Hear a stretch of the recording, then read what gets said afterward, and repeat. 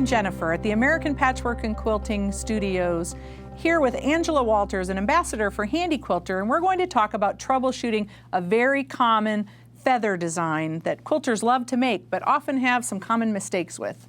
Feathers are something that I've always loved, and I think it's because it was really hard for me to learn them. I could get all the other designs down when I first started, but it was the feathers that really gave me a hard time. And now looking back, I can see, some of those mistakes that I was making, and so to be able to kind of talk through those now would be a great opportunity, I think. Let's get started. Great, so here we have an example of a nice basic feather.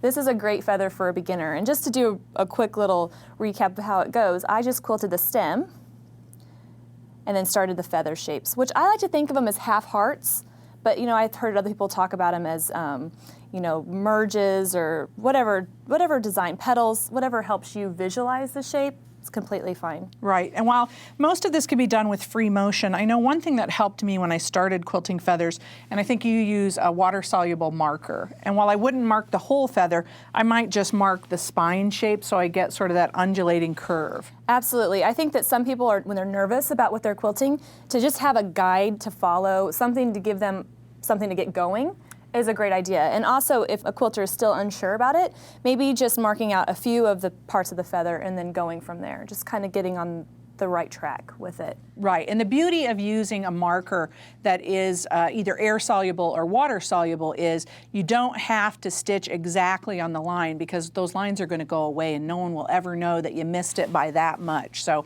take advantage of that marking tool if you need to. Absolutely. So one of the troubleshooting things that we're going to talk about is getting this petal quite right. Right. And another sample I brought is a more custom feather.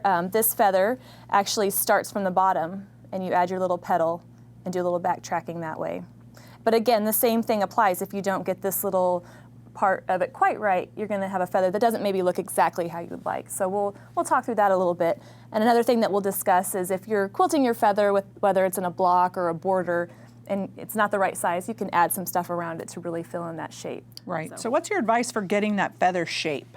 For getting the shape, I like to think of it as a nice curve and the echoing part. But the biggest thing is just practicing and feeling comfortable with whatever shape that you're working with.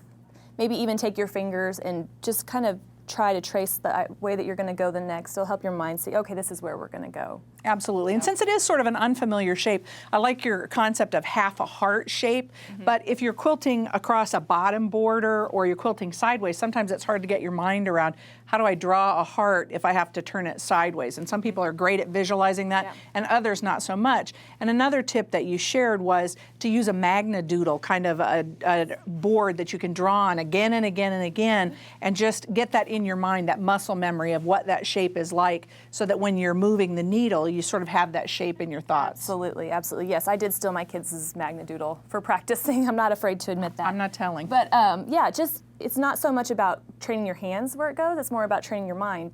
This is how we're going to go. And even if you're tracing along something that you see with your finger, drawing it on a piece of paper, or with a magna doodle like I did, it just helps your mind figure out, okay, this is where we're going to go next. Yep. Great. So want to start quilting? I would love to. Great. Well, I'll start quilting a feather, and then I'll make some mistakes, and we'll talk through about how to fix them.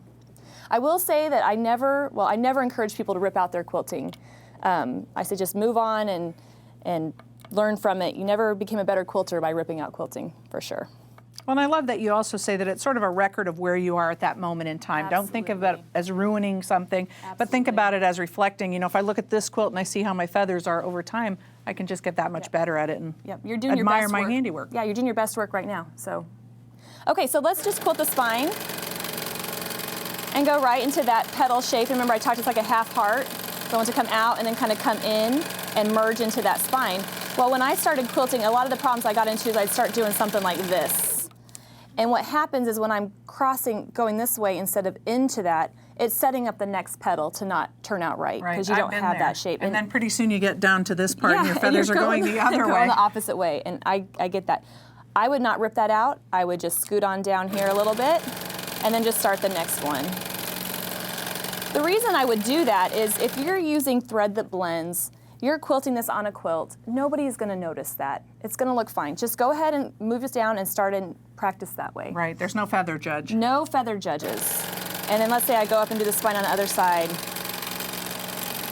And I just want to work on keeping that nice like it's gonna come in, like it's gonna overlap that spine. And I always think that people stress out too much about it. It's just quilting. At the end of the day, it's gonna come out. It would come out if you wanted it to, but it's just to relax, not stress out too much about it. But if you've quilted a feather, and let's say you're wanting to fill in a bigger area, well, you can just go around and add some more stuff. I tend to think smaller than big. I like to quilt nice and small. So sometimes when I'm filling in a border, I won't quite fill it in correctly.